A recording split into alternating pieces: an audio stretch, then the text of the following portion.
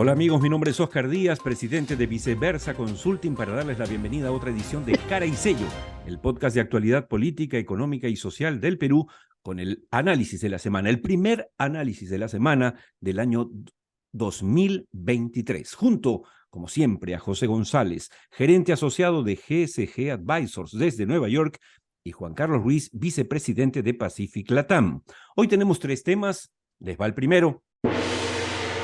Gabinete Otárola en busca del voto de confianza. Como todos sabemos, estamos a pocas horas de que el gabinete, que es en realidad el segundo en pocos días de la vigencia de la presidencia constitucional de Dina Boluarte, donde esta vez encabezado por el señor Otárola, pues va al Congreso. Todo parece indicar ciertamente que el Congreso en su mayoría, con excepción obviamente de los serronistas y uno que otro castillista, le dará el voto de confianza y con ello el espaldarazo que necesita este gabinete para empezar a hacer las cosas que quiere hacer, aunque, como todos sabemos, la plaza está movida y de eso vamos a hablar en el segundo tema. Pero, digamos, empezando el año, quería pedirle las reflexiones iniciales frente a esta solicitud de voto de confianza a Juan Carlos Ruiz y luego a José González. Juan Carlos.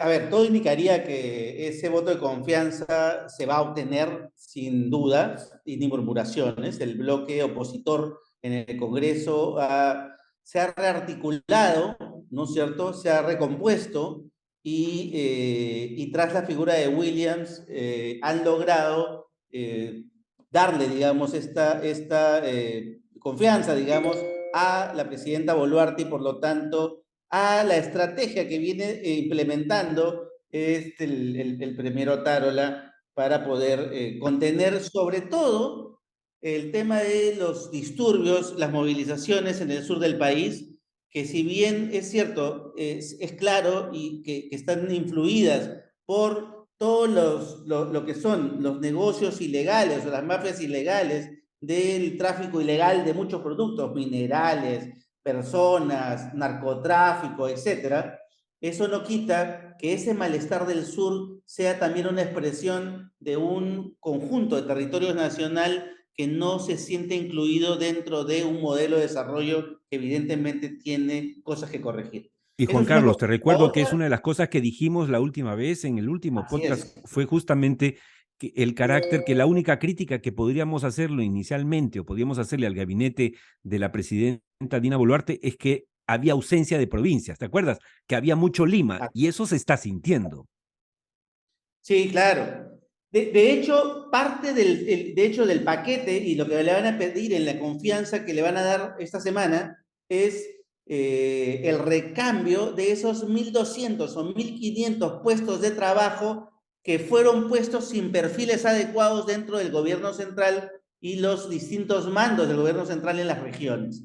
Y ahí sí tiene una oportunidad para justamente intercambiar con perfiles más adecuados la oportunidad de tener por lo menos una masa tecnocrática intermedia, más decente, ¿no es cierto?, que le permitiría a Dina Boluarte intercambiar, digamos, una mejor relación con los gobiernos regionales, con los gobiernos locales que iniciaron funciones a partir del 1 de enero, ¿no? Ok. Eso es parte del juego que se va a dar y que el Congreso va a ser el fiel de la balanza para que a través de este voto de confianza permita que este proceso se dé. El tercer punto es clarísimo, que el proceso electoral se dé sin mayor dificultad, es decir, que las elecciones que se han aprobado para ser convocadas en una primera instancia para abril de 2024 se ratifiquen en una segunda legislatura y se realicen con las reformas políticas adecuadas en principio. La más interesante para mi gusto, aquella que pone el tema de que la segunda vuelta se define entre 3 candidatos, lo que permitiría salir de esa dicotomía perversa a la cual nos hemos enfrentado en los últimos procesos electorales, donde quedan solamente 2 y no permite ningún tipo de alianza o de reformulación de fuerzas. El obligar a que sean 3 las fuerzas que sean las que definan en segunda Interesante. vuelta permite una recomposición de fuerzas que podría ser la cosa mucho más interesante. ¿Y Y lo cuál es? otro, Sí. pues, resolver el tema de el financiamiento informal e ilegal que hasta ahorita no se resuelve, porque claro, con este financiamiento público se está alimentando con presupuesto público a partidos políticos que definitivamente no representan a nadie, ¿no? ¿Cuál es la mirada con la distancia serena desde Nueva York de José González respecto a lo que le espera al gabinete de Otárola mañana en el Congreso de la República? José.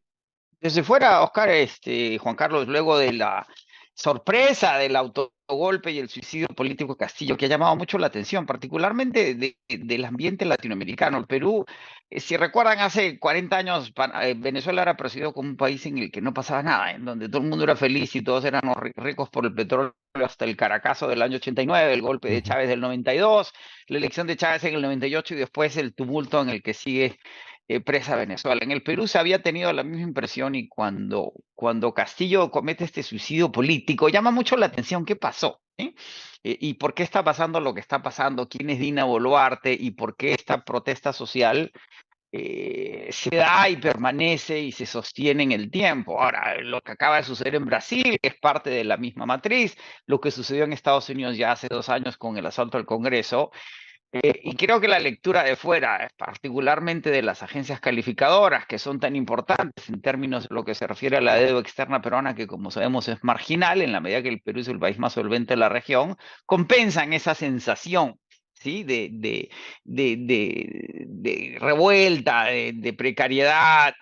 Sin embargo, en la medida que esto persista, el interés va a seguir creciente. Este tema del turismo, esto de los turistas que se quedaron atrapados en el sur y que no pudieron salir durante las revueltas y que ahora ya es parte de la matriz en la prensa peruana de que se están suspendiendo masivamente los viajes al Perú por cuestiones de inestabilidad, y nos consta en temas personales. Oscar, mi sobrina ahijada se estaba casando en Lima en marzo y el matrimonio fue pospuesto hasta el próximo año porque venían invitados de fuera, ella vive en los Estados Unidos, digamos, es una anécdota, pero está relacionada a eso. ¿En qué momento ese tumulto afecta las dinámicas económicas? Esa va a ser la clave, y la clave va a ser en qué momento el tumulto empieza a obstaculizar las operaciones mineras en el Perú, que es exactamente lo que dijo Fitch, que tú lo tocaste en tierra adentro, cuando decía, el problema no es Castillo, es que si el Estado no funciona, si se afectan las exportaciones de cobre, si se afecta la cuenta corriente del Perú, porque depende de ese ingreso las exportaciones minerales, la solvencia del Perú puede durar 2, 3, 4, 5 años, pero eventualmente se acaba, si es que esto no se atiende y se soluciona, más allá de que se resuelva en el corto plazo. De acuerdo, nos vamos al segundo tema. ¿Por qué sigue violento el sur? ¿Qué está pasando? Cae en este suicidio político, en este intento torpe de autogolpe, el señor Pedro Castillo, está además encarcelado y en proceso, por supuesto, y resulta que asume no la oposición, no López Aliaga, no Keiko Fujimori, no Acuña, ¿no es cierto? No Hernando de Soto, asume la vicepresidenta de la fórmula de Pedro Castillo, la señora Dina Boluarte, que era lo que correspondía. Y entonces uno dice, bueno, se terminaron los problemas. El Perú siempre inventa cosas y ahora resulta que nos inventamos el problema de qué hacemos con Dina Boluarte y resulta que tenemos a la oposición recalcitrante Pedro Castillo apoyándola, ¿no es cierto? Incluyendo, por supuesto, a su canal oficial Willax TV, pero por otro lado, gente todavía en el sur, sobre todo en Puno, en Cusco, un poco en Arequipa, Moquegua, radicalizada, pidiendo no sabemos bien qué. ¿Qué está pasando? ¿Cuál es la mirada del sociólogo en este caso, Juan Carlos Ruiz y luego José González? Hay dos líneas en las cuales tiene que jugar en el poder la actual gobernante. Una primera línea es la línea de la acción política. La acción política la obliga a sostener la institucionalidad democrática y constitucional que le permite estar en el poder y le que permite darle continuidad a esa sucesión constitucional que termina poniéndola en el lugar en el que actualmente está. Eso significa esa alianza tácita con los poderes fácticos que hoy le dan, o digamos que sustentan ese llamado al orden que implica movilizar o declarar un estado de emergencia, movilizar a las Fuerzas Armadas y a las Fuerzas del Orden para restablecer los órdenes de ser necesario con el menor costo de vidas posible, que es el llamado que ha hecho ella en todo momento. Por supuesto, Esto no funciona pues a la perfección. Tiene obviamente problemas porque al otro lado existen seres humanos, actores de carne y hueso, que no son ni ciegos, ni sordos, ni mudos, ni están impávidos, actúan también. Pero por otro lado está la línea narrativa, la línea comunicacional. Y ahí es donde más dificultades tiene la presidenta Boluarte, porque si por un lado tiene que actuar para restablecer el orden, por el otro lado entra en contradicciones cuando dice que, por favor, o sea, si bien hay que restablecer el orden, ella sigue siendo una presidenta de izquierda. En vez de salirse del conflicto como buena presidenta, además como lo que es ahora la presidenta de la República, que le permitiría salirse a nivel narrativo del conflicto y estar por encima de las izquierdas y las derechas, en vez de salirse de esa discusión narrativa de izquierdas y derechas, ella un día en acto está en la derecha, pero verbalmente dice yo sigo siendo de izquierda y entra en contradicciones que periodísticamente o con el lenguaje de sentido común no se saben distinguir. Y esto le está trayendo problemas serios de cómo sostenerse y dónde está, si está un día para un lado, si está para el otro, y entonces los enemigos radicales de un lado y de otro utilizan esas frases o esas equivocaciones o esas aparentes contradicciones para jugar este juego del enfrentamiento y la confrontación en vez de buscar el diálogo y la salida, que es lo que finalmente hace que uno construya convivencia y sociedad, ¿no? Que es finalmente lo que buscamos. José Entonces, González. en esa línea es donde tiene los Sí, problemas Dina, ¿no? sí, José. Igual lo que decía Juan Carlos, que ha sido muy claro desde el año pasado, en señalar que hay intereses subalternos en muchas de las protestas, en la zona de Chala con la minería ilegal, el contrabando de Puno, el narcotráfico vinculado a ese contrabando. Hay una cantidad de ilegales que mueven estas protestas. Podríamos decir lo mismo de los asaltantes del Congreso norteamericano en distintas ilegalidades, ¿no? Los poderes brasileños. Sin embargo, hay claramente un descontento social, pospandémico, basado en esta precariedad en la que vivimos en el Perú y en el fondo, desde los chalecos amarillos franceses hasta los estudiantes chilenos, los agricultores panameños, los intereses tan complejos en Cali, la gente se sube o es parte de, pero creo que estamos ante situaciones complejas a las que hay que prestar atención. Y hay organización, sin duda, criminal, vandálica. Tomar aeropuertos tiene objetivos estratégicos claros. Y por otro lado, en el caso del Perú, hay en esta posición política que ha tomado la presidencia de aliarse con sectores más o menos conservadores, más o menos policiales, más o menos militares, ya el número de víctimas en el Perú, que son 36 a la fecha, empieza a ser preocupante, alto, y no necesariamente se siente una política, más allá de los llamados de la presidencia, de bajar el nivel de represión en estas protestas enredadas. Creo que eso va a llamar también más y más la atención y llama de nuevo el tema a buscar soluciones al Perú en estos 18 meses que todavía tiene el gobierno. No sé qué piensan Juan Carlos, Ajá. Oscar, de las llamadas de la izquierda a renunciar de Dina, precisamente por estas circunstancias que estamos viviendo de la represión. ¿Eso tiene alguna consecuencia práctica? Difícil, difícil, José, muy difícil. Sí, sí, En sí. realidad, ahora lo interesante acá es que efectivamente hablamos de más de 30 muertos, imagínense, y les recuerdo a quienes nos escuchan dentro y fuera del Perú que solamente la muerte de Inti Bryan le costaron la presidencia en 5 días al señor Merino. O sea, lo que pasa es que estamos en fenómenos distintos. Primero, y esto es cruel decirlo, pero es un hecho, los 2 muertos fueron en Lima, limeños, digamos. Los 30, más de 30 muertos, lamentablemente, se han dado en las zonas del país y parece en la historia reciente del Perú que cuando mueren en provincias no es lo mismo que cuando mueren en Perú. Es terrible, pero es así. Pero lo segundo es que hablábamos antes de salir al aire con ustedes que efectivamente, Juan Carlos, José, no podemos comparar lo que está pasando en este momento frente al gobierno de Dina con lo que pasó frente a Merino. Frente a Merino realmente hubo una movilización nacional natural, no de grupos radicales, sino de la clase alta, media, baja, de trabajadores y no trabajadores, empresarios y no empresarios, contra el abuso de ese Congreso, cosa que no ocurre en el caso de Dina. Hay grupos que efectivamente no se sienten incluidos y que siguen reclamando, lamentablemente de manera radical, pero no podemos acusarlos ciertamente de terroristas ni nada por el estilo, aunque es bastante difícil, Juan Carlos y José, diferenciar la protesta justa con el vandalismo. Y déjenme pasar rápidamente, porque nos está ganando el tiempo, al último tema, que es internacional. Brasil en modo Trump. En pocas palabras, ¿cómo lo ve Juan Carlos y luego, por supuesto, José González? ¿Qué está pasando en Brasil? 1.500 personas toman nada menos que en Brasilia tres poderes del Estado con vandalismo al mismo estilo de las huestes de Trump, como tomaron hace año y pico, como recordamos, el Capitolio. Juan Carlos.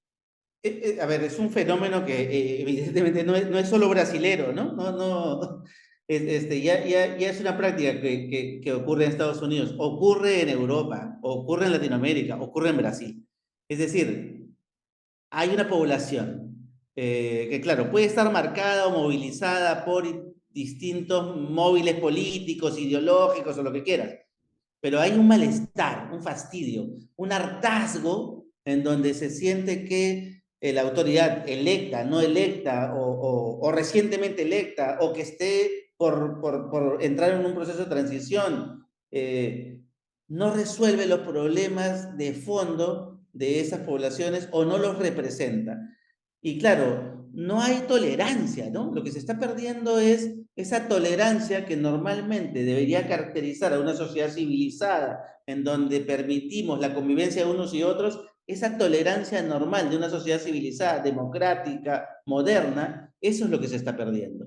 Entonces, la intolerancia es un insumo, un detonante de lo que después son expresiones agresivas, como las que vemos y como las que vimos ayer en Brasil, de tomas, obviamente, de instituciones, de locales, de poderes del Estado, sin ton ni son, no significa un golpe de Estado, no significa, no, son expresiones obviamente violentas que tenemos obviamente que condenar, pero hay que también entenderlas dentro de un proceso social post pandemia en donde el poder o los gobiernos no están sabiendo leer lo que las poblaciones o las sociedades necesitan o requieren en esta nueva normalidad, ¿no?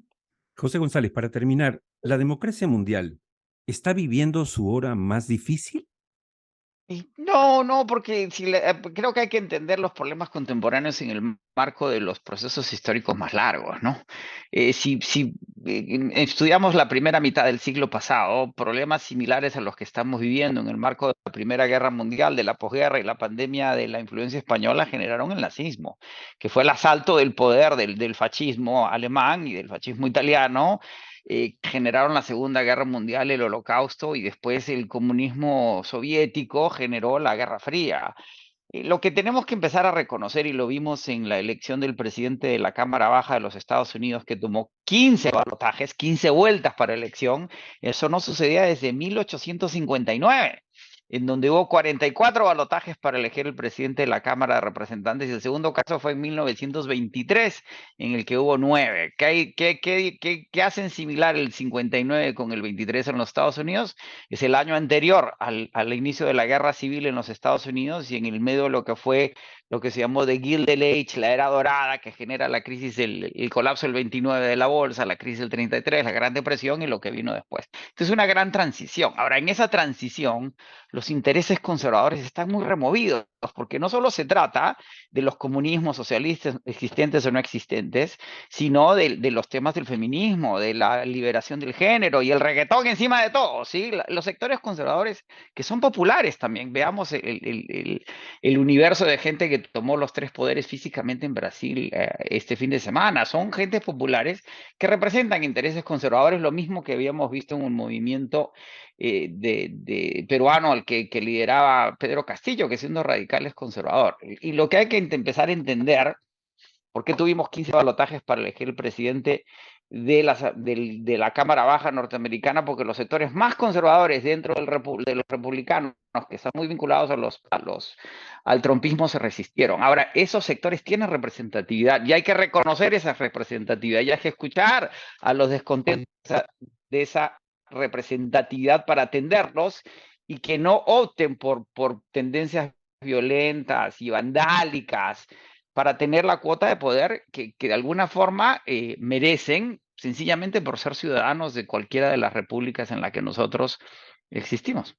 Espero que nuestros seguidores, los seguidores del podcast de Cara y Sello, entiendan que esta, siendo la primera edición del año, nos ha tomado más tiempo del debido, 20 minutos, pero creo que hemos podido absolver, digamos, los 3 ítems que planteamos hoy para ustedes. Y con esto les decimos gracias a José González y Juan Carlos Ruiz por sus opiniones siempre bien informadas. Vale la pena recordarles que el programa de televisión que conducimos en ATV+, todos los domingos a las 7 de la noche, Tierra Adentro, está en breve receso, descanso obviamente de todo el equipo, pero volvemos con todo, full pilas el domingo 5 de febrero, como siempre, a las 7 de la noche en ATV+. Oscar Díaz los invita, como siempre, a acompañarnos la próxima semana en el podcast de Cara y Sello, en YouTube o Spotify, salvo mejor opinión.